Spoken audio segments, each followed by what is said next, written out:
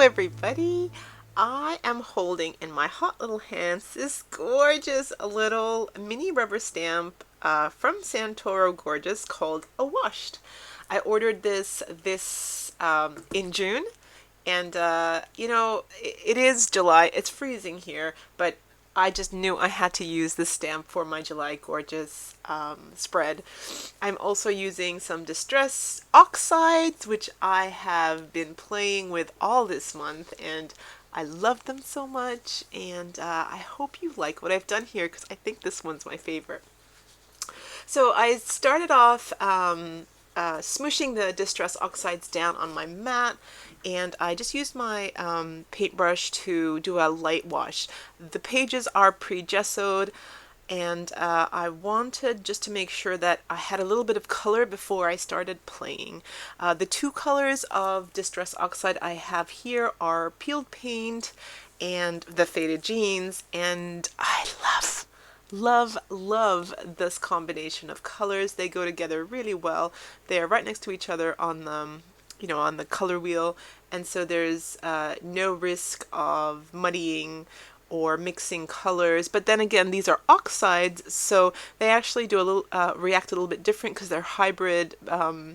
It's a hybrid stamp. It's a hybrid formula, so they actually don't muddy up at all. Now, my technique here is I do one layer of a color, and then I dry it, and then I add a second layer of color, and then I dry it. So there is lots of drying in between color application. When you listen to Tim Holtz do his tutorials, and Dina Wakely, and a lot of those Ranger special artists, they always talk about wet on wet always blends. And if you put something wet on something dry, it actually layers. So I did want to achieve like an underwater scene here, and I wanted it to be very different, like very dynamic, very moving, like lots of water going on, lots of turbulence. So I didn't just want like one shade of blue and one shade of green. I wanted different textures and different movement. I just wanted it to be quite an alive scene, and so by smooshing my paper around in the ink and splattering and all that water splattering that I'm doing now, it's taking off and adding on, and I'm just giving a really beautiful background. I know now it's looking quite turbulent, looking a bit dark, but this is how I wanted it because as you'll see, I'll start adding a little bit of elements which are so cool. Now, I have started collecting these little mini templates by Kaisercraft. I have this really nice one here, which is bubbles, lots of little sizes and big sizes. I'm getting some texture paste here, and I'm just applying some texture paste through that stencil to add a little bit of texture into the background, and different shapes, circular shapes, big ones, small ones, to make it look like there's lots of talking down there and bubble making and all that stuff. So I'm kind of adding it here, there, and everywhere. I still don't know. I kind of have an idea of what I want, but I don't know where everything's gonna go, and I'm just playing here. For this video, I actually totally skipped the coloring in of the mermaid. I did use the Prima watercolors, and I ended up doing 3 because I wasn't quite sure whether I wanted her to be blonde or red-haired or a raven hair, so I kind of did one of each. And then once I put all 3 of them down, I thought, I might not just use one because she's so small. I might do like 1 or 2, but I actually did end up using all 3. Now I have this beautiful stamp that I've never used before. This is Coastal Escape by Kaisercraft, and it's like a one-piece kind of coral underwater, just beautiful. It was perfect for this scene that I had in my mind. I'm using my Fisker's Press stamp, And I thought at first that I wanted to stamp it in like a gray, a charcoal, like a really light gray, because I didn't want it to be too sharp. I didn't want the black to be so sharp, but you actually hardly see it with the gray. So I did end up having to go back, and I used my black archival, and I also tried to line it up so that it stamped exactly where the first one went, and that just never goes according to plan for me. So there it is.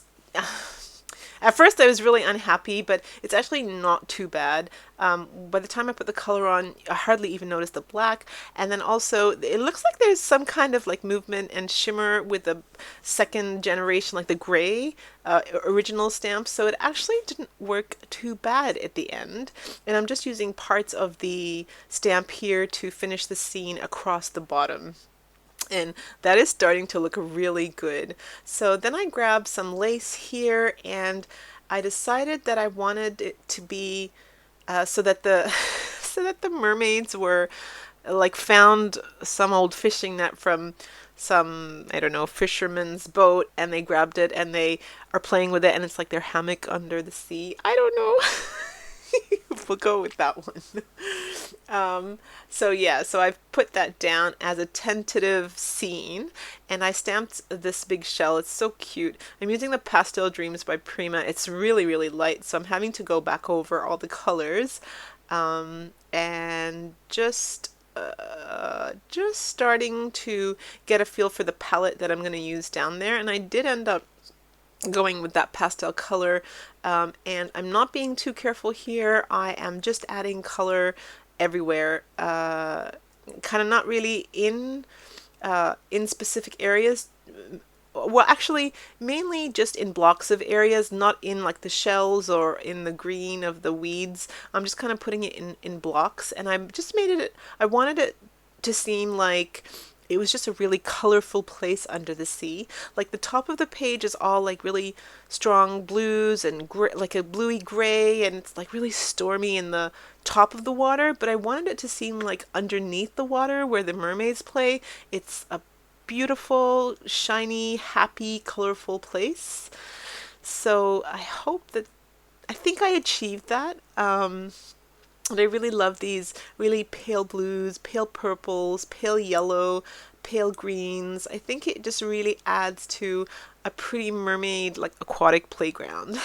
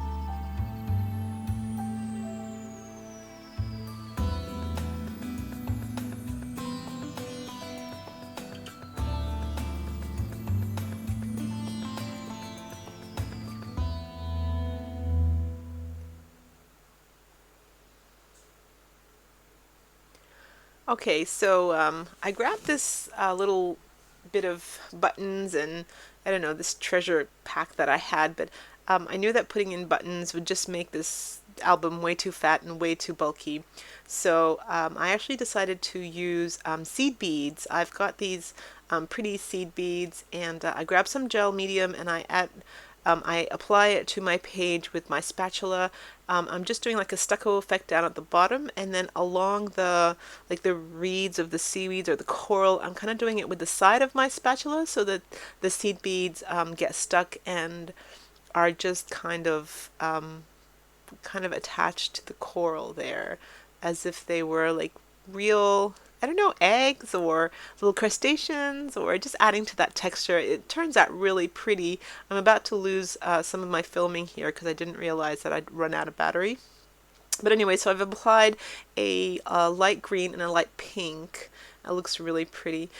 So now back in with the gel medium, and I'm going to apply it along the bottom here, and I'm going to add some beads. I've got this beautiful like collection of beads from my really good friend Jen, and Lolly also sent me a whole lot of beads. And I often think of you girls when I have any projects with sequins and glitter, because just look how magnificent all this stuff makes your project. And I'm smashing it down here. It's the lid of my gel medium. These are all secrets that you really shouldn't know that I do. It's so ridiculous. I should be using my spatula. But yeah, you didn't see that. So just drawing it. There we go. See, this is how the artists do it. So yeah, so just trying to keep the sequins in place with the gel medium, and that looks really good. The addition of black is also really amazing. Okay, so here we go now. I'm trying to place the girls in the scene, and that shell has to go somewhere as well.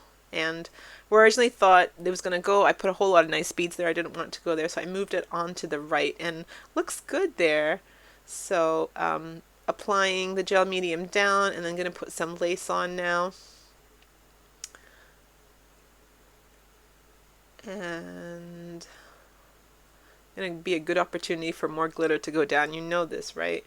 So just trying to figure out placement and how many mermaids go where. I like that. That looks really good. All right, here come the beads. And you know, mermaids are very, what should we say, like blingy characters. Like, they love bling, they love anything shiny, they're very curious, they anything that attracts the light, they go to investigate what it is. So we just always had to have a little bit of gold and a little bit of glitter and a little bit of shine to this project. So down there where the mermaids play is a pretty place. And I really like the addition of that lace. It created such a lovely texture that I wanted a little bit more, so I put some up at the top left corner there. And I don't know, by the time I like smushed it all around with the gel medium on my spatula, it kind of took on a shape of its own. It almost looked like it was waves and a little bit of fishnet. I'm not sure. It was just really nice, and I just added a little bit more there up the top on the right hand side. Here comes some fabulous gold things. They're not sequins, they're just flat, like maybe confetti, like, yeah, just kind of large confetti, and I just put it there so that it would catch on to any gel medium that was there. So last but not least, I found some Coastal Escape related items from my 6x6 pad, and I'm just roughing up the edges here so that the sentiment is like worn away by the waves. And I'm distressing it here with my blue, and I got a little bit more ink there, so I put some water to move it away and not make it so thick. All right, so now I put it down like this, and I looked at this for ages, and I thought, this is missing something.